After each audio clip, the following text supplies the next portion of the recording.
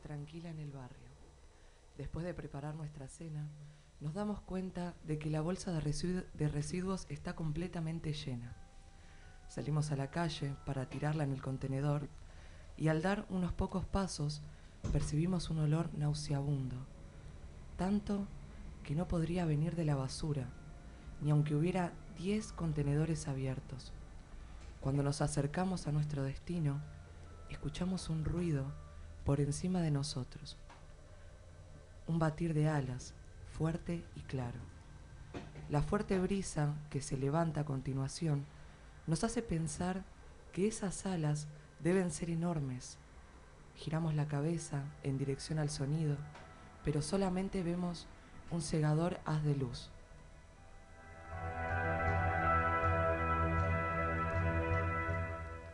Cuando el haz comienza a moverse, nos damos cuenta de que es parte de un objeto volador. El batir de alas se escucha nuevamente, acompañado de la ráfaga de viento. Entonces podemos verlo bien. Una figura negra recortada contra el cielo, del tamaño aproximado de un hombre, con unas alas enormes. Al posarse sobre un tejado cercano, podemos ver su cara vagamente humana, con rasgos de cuervo y el haz de luz proveniente de un cuerno en su cabeza.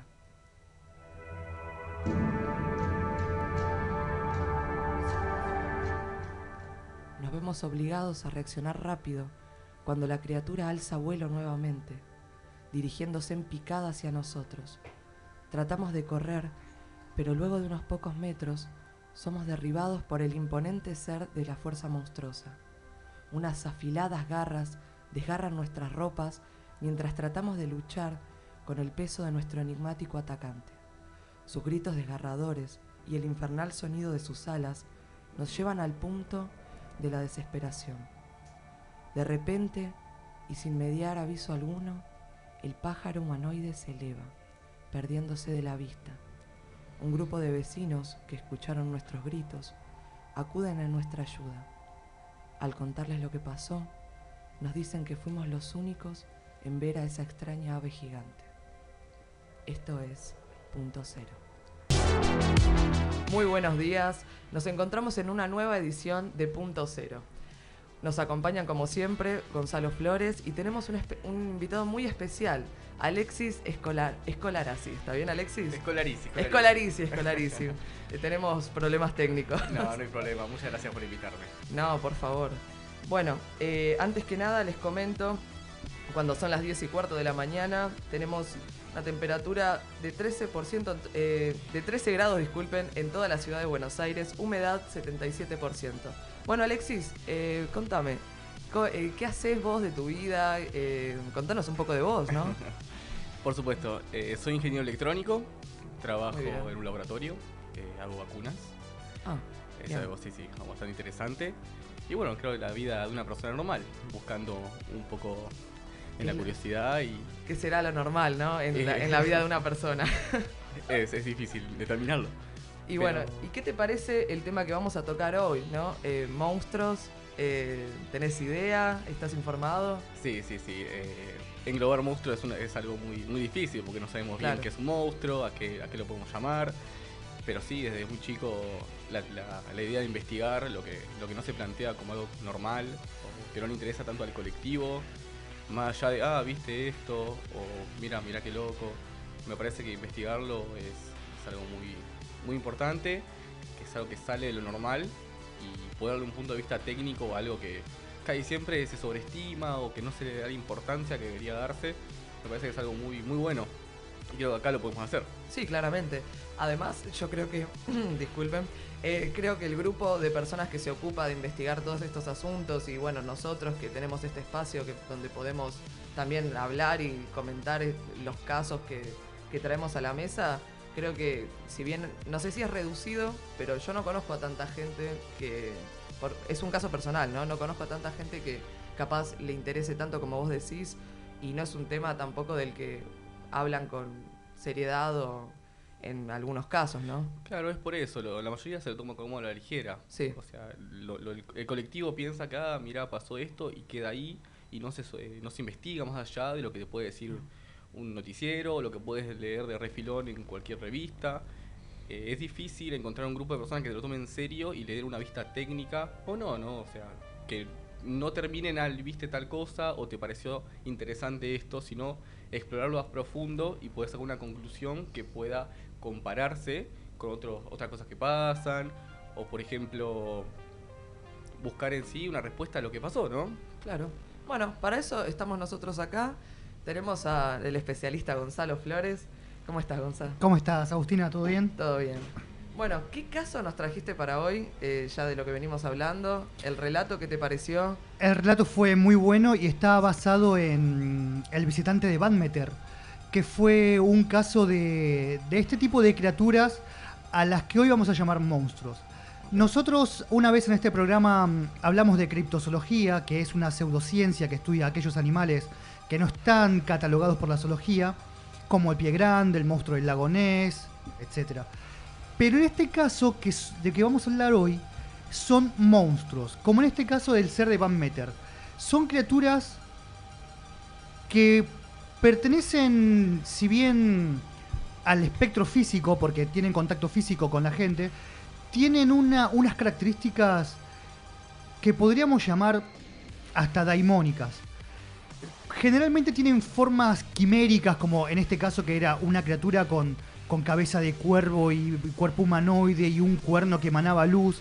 Es una criatura que se presentó en el pueblo de Badmeter en la era victoriana, en la época victoriana. Hay muchos registros También son cosas que pasan en oleadas. Durante un determinado periodo de tiempo, la criatura se presenta y es avistada por testigos.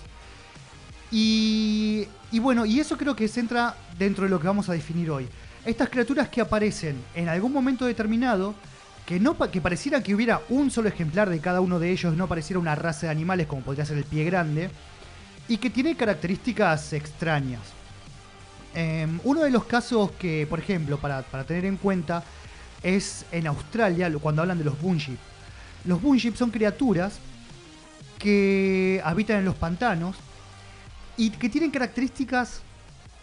No hay una palabra en español para definir bunjip, o sea, es un término que se utiliza en referencia a su extraña forma. Y se dice que no hay dos iguales.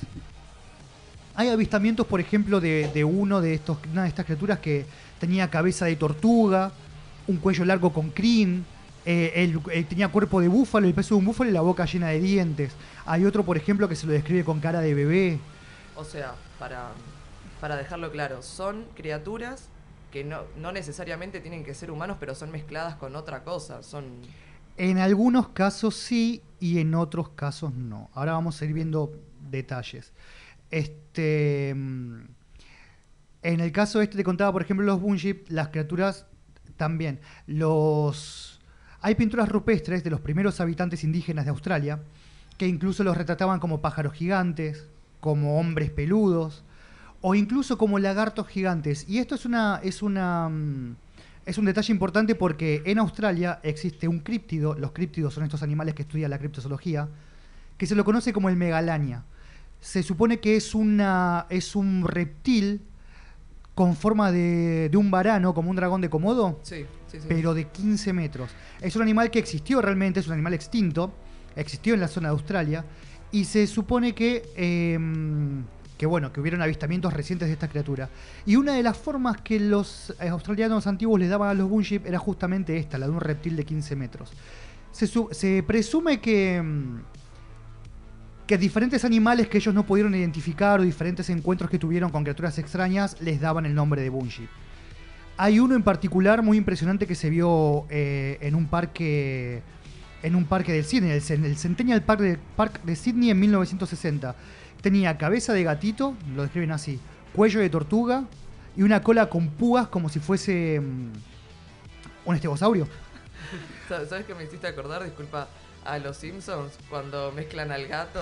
Te juro. Bueno, es que muchas de las descripciones de los bunjip son así, son así, sí. A veces con alas, a veces con forma de reptil, a veces con... Hay uno que era el más conocido de todos, que era el del río Molongo, que lo describían como un animal peludo como un perro y con orejas de cerdo, por ejemplo. Todos estos animales, recién el que habías hablado antes, el del... ¿cómo era? Centennial Park. Sí, no, pero el que era de 15 metros. El Megalaña. Megalaña. ¿No hay algún, si es que existió, no hay registros de, no sé, la pata del animal? Sí. O sea, ¿Hay? huellas de Megalaña hay. Wow. Bueno, y el animal, o sea, en realidad es un animal prehistórico que existió en serio. Hay esqueletos de Megalaña, hay restos fósiles. Pero lo interesante es que se presume que este animal puede seguir vivo hoy en día en la zona salvaje de Australia. Australia, si bien es un continente, no, bueno, no es un continente, ¿no? Está dentro de Oceanía, pero tiene mucho territorio salvaje, a pesar de lo que uno pensaría. Tiene muy pocas ciudades y muchísimo territorio salvaje. Entonces, criaturas como esta, de hecho, hay un críptido que es que también, ahora no me puedo acordar el nombre, que tiene forma de tiranosaurio rex, o sea, lo describen como un tiranosaurio rex. La verdad que ahora no me puedo acordar el nombre, pero un día vamos a tocar criptozoología otra vez, porque encima ese programa no lo pudimos grabar, y vamos a hablar de eso. Buenísimo. Entonces, lo que me interesa de estos seres es lo grande, ¿no? Que aparentemente son enormes. ¿No hay alguno que sea chiquito? Que tenga... Sí, que yo recuerde. Bueno, en el caso de los Bunships sí, hay algunos que son incluso de tamaños de tortugas o de gatos y demás. Tienen muchas descripciones. Muchos de ellos a lo largo de la historia eran animales que después se identificaron, eran mal identificados. Con respecto a los críptidos, el tema es que hay que tener en cuenta que todos los años se descubren alrededor de 6.000 especies nuevas, sobre todo de insectos. Entonces sí, hay muchos animales, sobre todo arácnidos y demás, que incluso, bueno, no, generalmente la criptozoología no estudia ellos, sino que estudia los animales más grandes, pero sí, todos los años se descubren alrededor de 6.000 especies nuevas, así que imagínate. Que justamente cuando estábamos hablando del Amazonas, lo primero que me imaginé fueron insectos, pero a morir, ametrallador. Bueno, variedad de tamaños, colores, texturas. Ay, bueno, en un rato seguimos, ahora nos vamos a una pausa y enseguida volvemos con más Punto Cero. Espacio publicitario, Radio Make. Ya volvemos. Estás en la mañana de Radio Make. ¿Querés ser periodista deportivo? ¿Querés entrar al mundo de los medios? ISEC, carrera de periodismo deportivo, www.isec.edu.ar. ¿Querés ser productor de radio? ¿Querés entrar al mundo de los medios? ISEC, carrera de producción y dirección para radio y televisión, www.isec.edu.ar. Radio Make. Vos sos parte de Radio Make. Radio Make. Un estilo de comunicación.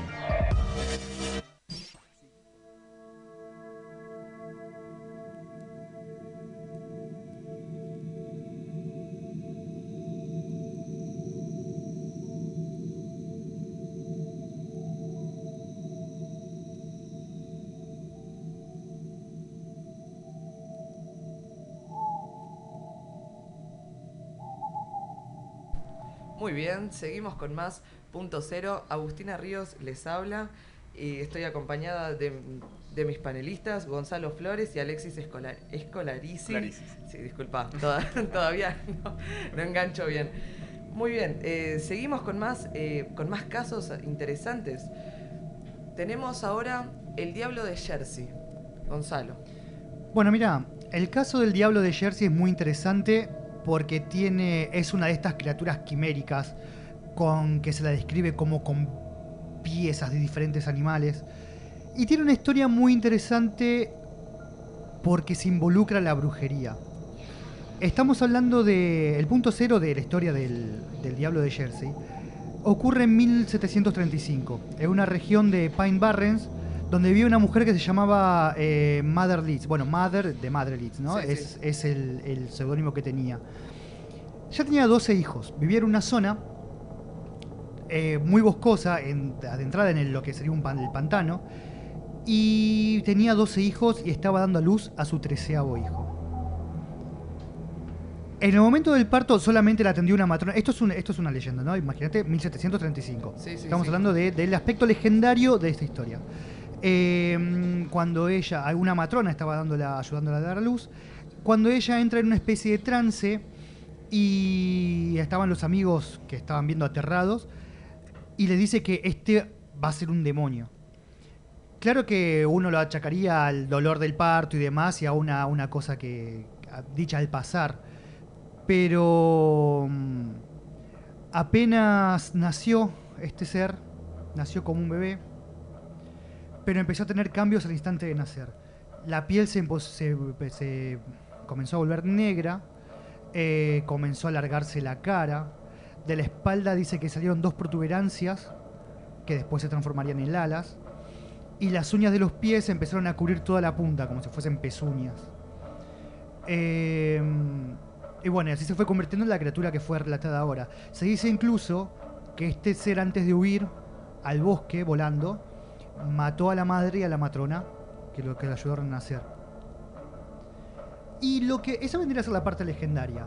Lo que es la parte más concreta ocurre 100 años después, en el año 1890, es cuando la gente empieza a reportar los avistamientos de esta criatura. Y bueno, la descripción más común que dan de este ser es que es parecido a un canguro, tiene el aspecto de un canguro, con cara de caballo, tiene cabeza de perro y alas membranosas como las de murciélagos, y que tiene la cabeza cornuda. ¿Y qué pasa? Disculpa, ¿qué pasa cuando alguien informa de la existencia de algo así, ¿no? Porque no es normal que ver eso, qué sé yo, en la calle, por ejemplo. Y lo primero que pasa es que depende de dónde se haga la... Nosotros Claro, contamos ¿a dónde muchos vas? casos de policías, ¿viste? Por ejemplo, la otra vez que contábamos del caso Vallecas, Sí, sí, o sea, sí. que la policía fue a la casa, redactó un informe y demás. Generalmente se hacen investigaciones, se hacen reportes. La semana pasada incluso contamos en el informativo, acá en Mendoza, un Sí. caso de Llorona, Sí, sí, donde sí. la policía se acercó a investigar y todo. O sea, la policía tiene el deber de acercarse a ver qué pasa, porque uno tiene que descartar que no se trate de... La policía no va a priori a investigar la aparición de un monstruo, Claro. pero sí la aparición de un bromista, la aparición de alguien que quiere entrar a tu casa para robar. Entonces tiene que ir, y después se encuentra con lo que se encuentra. Todo depende también la cantidad de avistamientos que haya y la veracidad con la que se cuente, porque en este avistamiento pueden decirte vi algo que volaba, o quizás no todos dicen lo mismo. Es que ¿cómo lo describís además? Vos ves a un canguro con cara de caballo y la cabeza cornuda. Yo, la verdad que no sabría, no me saldrían las palabras directamente, no se lo contaría a nadie. Es que tampoco pensás que te van a creer, porque Claro. te van a tomar en serio. Sí, siempre está el típico... Lo inventó. Sí, lo inventó o en algún estado raro estaba. Claro. Y eso es lo triste en realidad también. En este caso, que tiene que ver específicamente con el Diablo de Jersey, la descripción general que hay es la descripción que se forma a raíz de testimonios de varios testigos. Varias personas, uno declaró una cosa, otro la otra, y así se va armando esta figura quimérica. Y la aparición más importante que tuvo este ser fue durante la semana del 16 al 23 de enero de 1909. En esa época, los diarios de la época, esto también está, hay registro, de que los diarios de esta época publicaron centenares de artículos contando los encuentros que eran atribuidos al Diablo de Jersey en todo el estado de Nueva Jersey, justamente por eso tiene este nombre. Bueno, entre los supuestos encuentros que se habían publicado esa semana estaba la afirmación de que la criatura había atacado un tranvía en Haddon Heights y también un club social en Camden. Bueno, en esto intervino la policía, que era la policía de Camden, no me sale bien todavía, y la localidad de Bristol, de Pensilvania. Y supuestamente dispararon contra una criatura a la que no le causaron ningún efecto. O sea, acá tenemos lo que vos estabas preguntando antes. La policía intervino en el caso. Hay una situación en la que intervienen disparándole al ser sin que logren matarlo. Y es que si es un ser así, una bala, no sé. Es que no sabemos, es lo que hablamos siempre, en realidad no sabemos qué tipo de criatura es. Hay un libro, que en este momento no recuerdo el autor, se llama Realidad Daimónica. Lo recomiendo para todos los que les interesen estos temas. que habla mucho del mundo feérico, ¿viste? Los duendes, las hadas, los elfos y demás.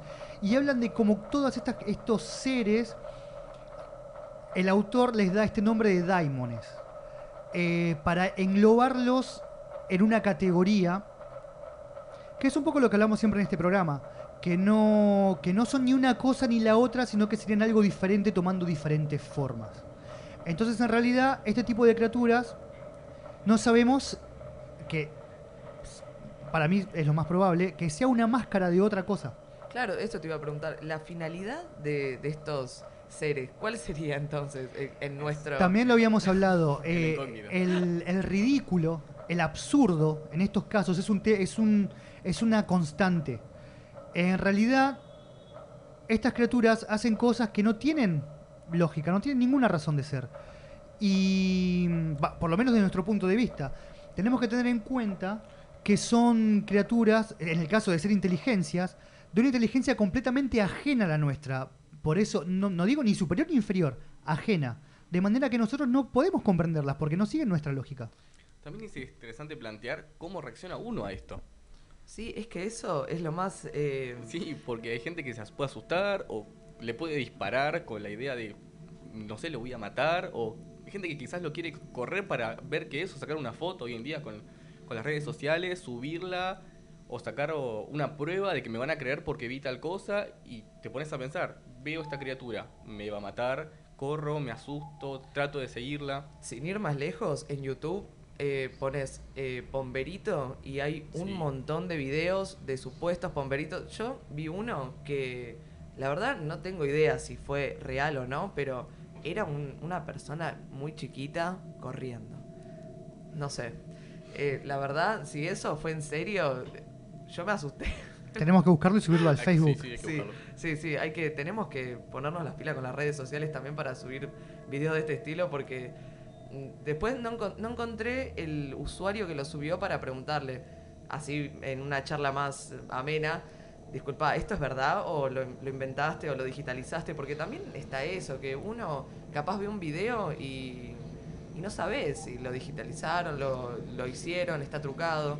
Y más allá de los videos, ¿cuánta gente hay que cree en los duendes, en las hadas, que tiene los... No sé ahora cómo se llaman, esos muñecos de cera? No son muñecos de cera, pero son duendes que están ahí en la casa. Uh-huh. Yo hasta el día de hoy todavía los veo y lo dicen y convencidos de que a la noche se levantan y que les revuelven las cosas.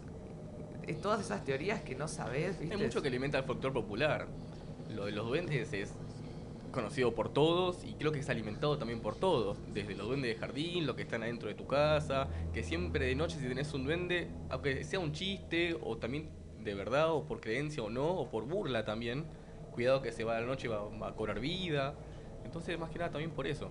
El asunto de los duendes viene más que nada de Europa. En la época medieval de Europa se decía que habían duendes que se llamaban gremlins eran los alemanes. Y después estaban los hobgoblins, que habitaban las casas, habitaban los castillos, a veces se hacían amigos de la gente. Yo tengo una historia personal para contar. A mí no me gusta contar cosas personales, pero yo tengo un abuelo que me contó mi familia, que mi abuelo, tengo un abuelo que se hizo amigo de un pompero una vez. Y él era del campo, del Chaco. Y una de las historias que me cuentan siempre es que la última vez que lo vio fue, él iba a caballo, el pompero saltó del campo y lo asustó, eran amigos. Era amigo, andaba siempre con él. Sí, o sea, es cosa incomprobable, ¿no? Lo que estoy contando, pero, o sea, son cosas que me contó mi familia. Y mi abuelo lo insultó de guaraní. Y dice que el pompero agarró una ramita de árbol y le pegó tanto que lo mandó al hospital. ¿Pero qué? ¿Te contó qué forma tenía? No me contó mi abuelo, esto me lo contaron, sí, mis hermanas, con mi mamá, siempre me contaban esta historia. No, siempre que pregunto esos detalles son muy vagos. Claro. Es una persona chiquita, vestida normal. Claro, y nada. ¿Qué es normal? A ver, ¿qué tenía? ¿Un vestidito? ¿Un No, y claro, pantaloncito? no, es que esos son los detalles que me dan, es una cuestión de... Pero bueno, esta historia de los duendes, de que uno puede incluso ser amigo de los duendes, y uno puede... y después te hacen bromas y demás, es del folclore europeo. De hecho, el fenómeno poltergeist que es este fenómeno que hoy en día se atribuye a fantasmogénesis o a una cuestión de telequinesis. Es este fenómeno en el que se abren las puertas, se abren los cajones y se cambian las cosas del lugar. Poltergeist, la palabra que se define este fenómeno, en alemán significa algo así como duende burlón. Bueno, vos que estabas contando la historia de tu abuelo, mi papá es de Misiones y él también tiene un montón de historias que me cuenta que me dice, a él justamente no le pasó, pero le pasó a mi tío, pero mi tío también, él cuenta que vio a un bombero, no sabes si es un bombero o eso es lo que dijiste vos, una persona chiquita. Así que bueno, tenemos historias en comunes, así que... Bueno, un día vamos a hablar de casos de Argentina solamente y vamos a hablar, tenemos por ejemplo el del Pitufo Enrique, que todo el mundo se rió del asunto, pero ese caso, hubieron policías involucrados en ese caso. Fue bastante impresionante. Un día lo vamos a traer y vamos a dedicarle un programa a estas criaturas. Buenísimo. Muy bien, ahora nos vamos a una pausa y enseguida volvemos con más Punto Cero. Espacio publicitario. Radio Make. Ya volvemos. Estás en la mañana de Radio Make. ¿Querés ser periodista deportivo? ¿Querés entrar al mundo de los medios? ISEC, carrera de periodismo deportivo, www.isec.edu.ar. ¿Querés ser productor de radio? ¿Querés entrar al mundo de los medios? ISEC, carrera de producción y dirección para radio y televisión, www.isec.edu.ar. Radio Make. Vos sos parte de Radio Make. Radio Make. Radio Make. Un estilo de comunicación. Seguí con Radio Make. Fin. Espacio publicitario.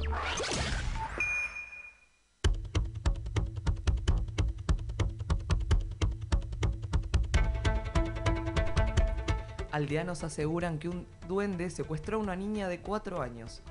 Una niña de 4 años desapareció por algunas horas en el pueblo del Valle de Cauca, en Colombia. Fue encontrada unos 2 kilómetros dentro de una zona boscosa, asegurando que un niño se la había llevado. La menor fue encontrada luego de una intensa búsqueda por parte de la policía local y el cuerpo de bomberos, finalmente trasladada a un centro de asistencia de salud, donde comprobaron que estaba ilesa. Los vecinos están convencidos de que aquel niño mencionado por la protagonista del incidente se trata nada más ni nada menos que un duende, que afirman habita en aquella región.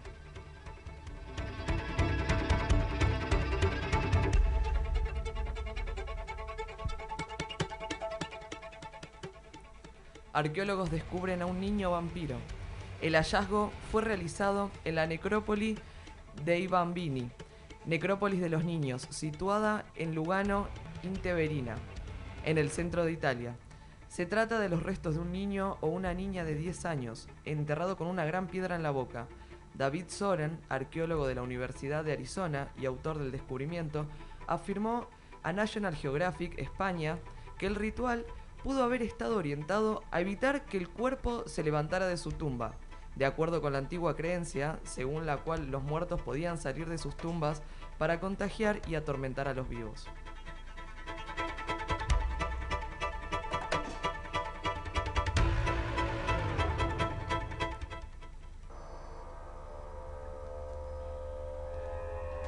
Muy bien, seguimos con más Punto Cero. Seguimos, es el bloque 3 de la mañana. Y para eso lo tenemos a Axel Escolarici, que nos va a... Quiero practicar el apellido, ¿viste? Escolarici. Muy bien. Bueno, Alexis, ¿qué caso tenés para contarnos a estas horas de la mañana? Bueno, voy a hablar particularmente del caso acerca del hombre rana, que se lo conoce con este nombre por la apariencia de su cuerpo más que nada, que fue visto, el primer avistamiento en Ohio, en Estados Unidos, a mediados de marzo de 1972, cuando dos policías, esto fue por la noche, estaban haciendo su recorrida por la ruta en la orilla del río Little Miami, y de golpe, cuando estaban manejando, como hacían siempre, divisaron una criatura de alrededor de 1,20 m a 1,50 m, de piel arrugada, grisácea, con forma humanoide, pero con la cabeza como si fuese una rana, un lagarto. Ambos bajan del vehículo en el que iban, del patrullero, por así decirlo. Se acercan y este ser salta despavorido hacia el río. Los dos se quedan totalmente sorprendidos por lo que acaban de ver y siguen su camino. Días siguientes, de nuevo, pero por el día, a mediados de la tarde, otro policía haciendo la recorrida divisa por la misma zona lo que cree que es un perro muerto al costado de la ruta. Detiene su auto, se baja y cuando se baja se da cuenta que no es un perro muerto. Este cuerpo que ve en el suelo se levanta, también con la misma, con el mismo tipo de apariencia, lo mira fijamente. El policía se asusta, entiendo lo que va a haber sentido, saca su arma, dispara varias veces, creo que son 2 o 3 veces que gatilla. Ninguna le pega. Sin embargo, al ver esto, el ser lo mira como desafiándolo y se retira hacia el río. Se retira como si estuviese herido, aunque ninguna bala le impactó, y desaparece en el agua. ¿Las balas traspasaron el cuerpo, entre comillas, Sí. o quedaron atrapadas ahí? No detalla que le hayan impactado. Claro, en este caso no, en este caso las balas no, o sea, no tuvo puntería el hombre. Y bueno, estamos hablando en este caso del hombre rana de Loveland, estamos hablando de una criatura de aspecto humanoide, bípeda, un reptil bípedo, de aproximadamente 1 a 1,5 metros de alto, con piel grisácea y rugosa, es la descripción que hay.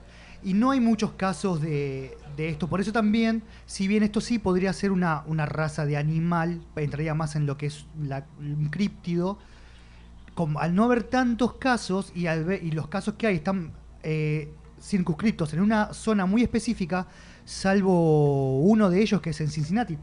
Sí, en Cincinnati también pasó un avistamiento de esta índole, pero algo muy, muy raro, que es la diferencia clave, más allá de que sea en otro lugar, que cuando eran unos grupos de estudiantes que se acercaron y vieron vieron esta criatura, por la maleza, en los pantanos, no solamente detallaba en el cuerpo de la manera que lo detallaron los policías, sino que en su cabeza tenía como si fuese un casco y un tubo de metal que salían chispas. Al divisar esto, se los quedan mirando un corto tiempo y este ser se divisa entre el pantano y desaparece. Las descripciones concuerdan, pero la diferencia clave es que en la cabeza tenía un tubo que salía chispas. Claro, en ese caso de Cincinnati eran 3 las criaturas que se avistaron al mismo tiempo. El cuerpo el mismo, pero uno dice que la cabeza tenía un tacho con chispas. Sí, hablan de un cilindro metálico del que salían chispas. Wow. Bueno, lo que está bueno saber también, además de lo que contaste de este ser con aspecto de persona, ¿no? Con cuerpo medio arrugado de rana. ¿1 metro? ¿Cuánto? 1,20 m, 1,50 m más o menos. 1,50 m, ok. Entonces es una persona, para hacer una comparación con... Con un niño. Con un niño. Claro. Sería como un niño. Y este caso a mí en particular me interesa mucho. Antes de fin de año quiero hacer un monográfico sobre un escritor que se llamaba Howard Philip Lovecraft. Y él tiene una mitología muy rica con lo que tiene que ver con sus trabajos sobre los mitos de Cthulhu. Un día vamos a hablar de todo esto porque es interesantísimo. Y una de las criaturas de su mitología... ¿Me repetís, Alexis, qué año fue el avistamiento del hombre rana? 1972. 1972. Lovecraft murió en el año 37. O sea, casi 30 años antes del primer avistamiento del hombre rana de Loveland. Y él en sus cuentos habla de una raza de criaturas que se llaman los profundos. Alexis, ¿podés contarme más sobre esto? Lovecraft plantea que en el océano, bajo el agua, se desarrolló una raza, como vos dijiste, Gonza, los profundos, también con formas al común conocido como si fuesen tritones, por así decirlo. Claro, él los menciona que tienen formas de peces ranas. Claro, peces antropomórficas. Exacto, y que a veces les gusta, lo que dice es mezclar su sangre con los humanos, o sea, tener hijos, Híbridos. tener estirpe híbrida. Lo que llama la atención es que además la época que habían dicho, 1972, hasta el día de la fecha siguen pasando cosas.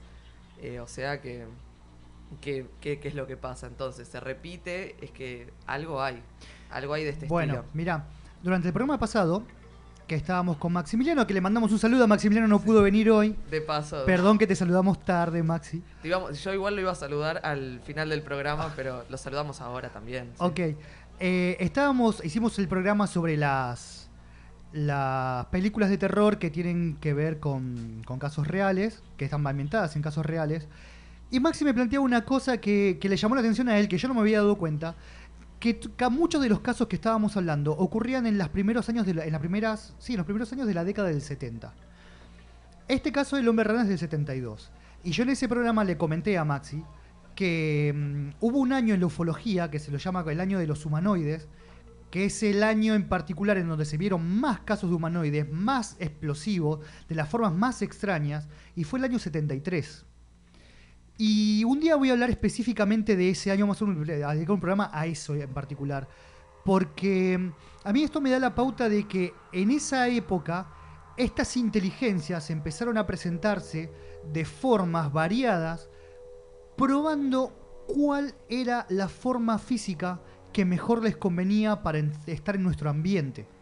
Sí, el tema del año que estabas hablando, que es, la verdad que sí, estaría bueno hacer un programa solo para ese año en particular, porque yo me pongo a pensar y sí, los casos que estamos contando siempre tienen un año que es repetido o marcado y está bueno saber qué pasó, cómo estaba la sociedad en ese momento, en qué momento, en qué parte del mundo ocurrió.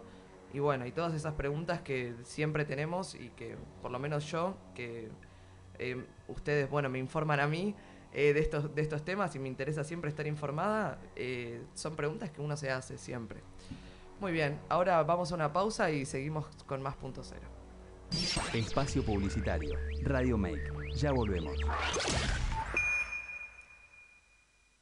Estás en la mañana de Radio Make. ¿Querés ser periodista deportivo? ¿Querés entrar al mundo de los medios? ISEC, carrera de periodismo deportivo, www.isec.edu.ar. ¿Querés ser productor de radio? ¿Querés entrar al mundo de los medios? ISEC, carrera de producción y dirección para radio y televisión, www.isec.edu.ar. Radio Make. Radio Make. Vos sos parte de Radio Make. Radio Make. Radio Make. Un estilo de comunicación. Seguí con Radio Make. Fin. Espacio publicitario.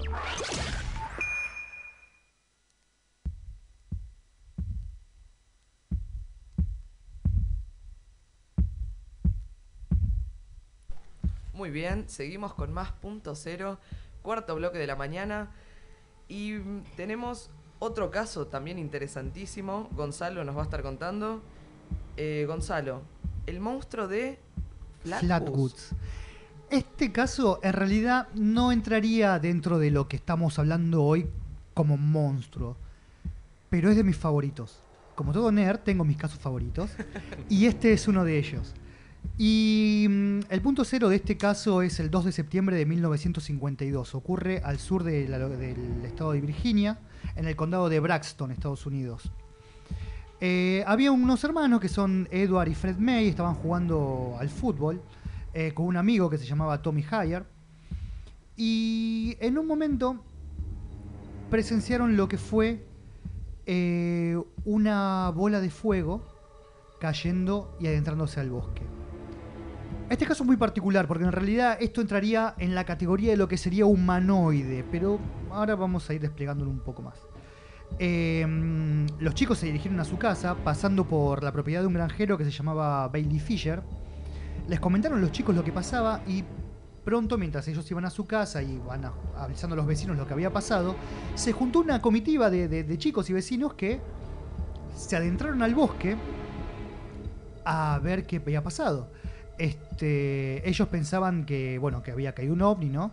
Recordemos que esto fue en el año 52, en el año 47 fue el primer avistamiento ovni oficial, digamos, que fue el de Kenneth Arnold, del que hablamos también en este programa, y también fue ese año en el que supuestamente ocurrió el estrellamiento de Roswell.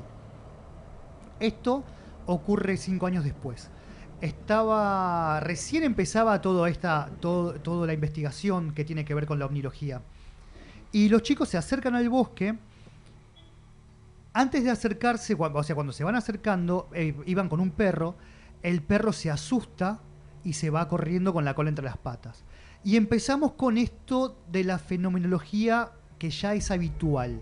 Los olores. Los olores a podrido, los olores rancios, los olores ácidos. Sí, como contábamos en el relato. Exactamente, los olores. En estos casos es muy, muy, muy característico. Y el ardor le llegaba... Bueno, y las nieblas. En este caso una niebla de color, que también hablamos muchas veces. Por ejemplo, cuando hablamos del humanoide en Harvey, de esta niebla electromagnética de las que hablan los testigos. Hablan de una niebla de color acre que les produjo un ardor tremendo en la nariz y en la boca a los chicos. De hecho, algunos tardaron varios días en recuperarse de esto. Cuando llegan al claro del bosque donde estaba ese fulgor naranja rojizo, ven a una criatura con aspecto de reptil. Ellos lo mencionan así, con aspecto como de piel de reptil, de color verde. Flotaba en el aire. Detrás de su cabeza tenía una suerte... como la figura de una pica de las cartas de póker. Sí. Bueno, ellos no saben describir si eso era un casco o era parte de un atuendo, pero tenían esta forma detrás de su cabeza. Y de la cintura para abajo no tenía piernas, sino que tenía una suerte de cilindro metálico del que emanaba esta niebla que podríamos identificar como un gas. Bueno, entonces el cuerpo entonces ya no es un cuerpo, porque tiene un cilindro de las piernas. Claro, en vez de tener piernas, de la cintura para abajo tenía una especie de cilindro metálico y flotaba. Esta criatura emite un chillido, un silbido, y empezó a dirigirse a los chicos. Los chicos, claro, salieron todos corriendo. De esto se hizo investigaciones policiales también. La policía encontró el lugar del supuesto impacto, aunque no encontró ningún objeto que haya impactado. Durante un par de días hubieron más casos de gente que dijo haber avistado esta criatura. Bueno, acá tenemos la mañana siguiente, que es el 13 de septiembre. El alguacil volvió a visitar el lugar y dice que encontró huellas de un líquido negro viscoso. Y él fue el que llegó a la conclusión de que esto era una criatura extraterrestre. Pero lo más chocante es que los chicos, todos los testigos de este caso, empezaron a sufrir síntomas similares entre todos. Y empezaron a tener inflamación de garganta, vómitos, convulsiones. Fueron al médico,